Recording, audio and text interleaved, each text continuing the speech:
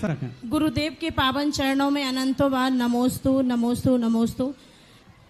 हे गुरुदेव, मेरा प्रश्न है कि जब मैं अतिशय क्षेत्र या सिद्ध क्षेत्रों के दर्शन करने जाती हूँ, वहाँ के अतिशयकारी भगवान के जब मैं दर्शन करती हूँ तो दर्शन करते करते रोम रोम पुलकित हो जाते हैं, रोम रोम खड़े हो जाते हैं और अपने आप आंखों से आंसू आने लगते हैं।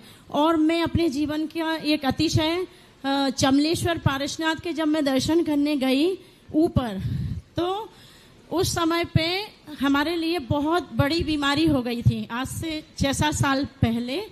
और जैसे ही मैंने दर्शन किए और दर्शन करने के साथ साथ जैसे ही मैंने परम पूज्य मुनि श्री सुधा सागर जी महाराज की जय बोली, वैसे ही मैंने अपने आंखों से मैंने यूं अपने हाथों से यूं किया और वो रोग हमने अपने आंखों से कपूर की, मतलब क्या कहना चाहिए, हवा की तरह, सॉरी धुआं की तरह निकलते हुए देखा है। तो ऐसा क्या अतिशय है आपका नाम लेने से? हे गुरुदेव, मेरी जिज्ञासा का सवाल। भगवान करे सारी अस्पताल और डॉक्टर बंद हो जाएं, मेरे नहीं गुजर।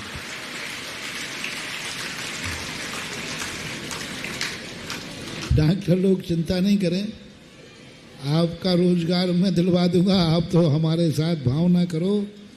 शिविर में जब मैंने कहा तो मैंने कहा डॉक्टर डी.के. जैन वगैरह थे, मैंने कहा देखो बोले महाराज जी हम आशीर्वाद दो कि हम अच्छी सेवा कर सकें।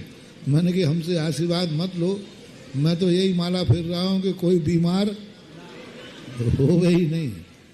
तो भावनाएं होती हैं, क्योंकि जो साधक निरंतर जगत को सुखी रखने की भावना करता है, उसका स्मरण करने मात्र से भी दुख की दूर होते हैं।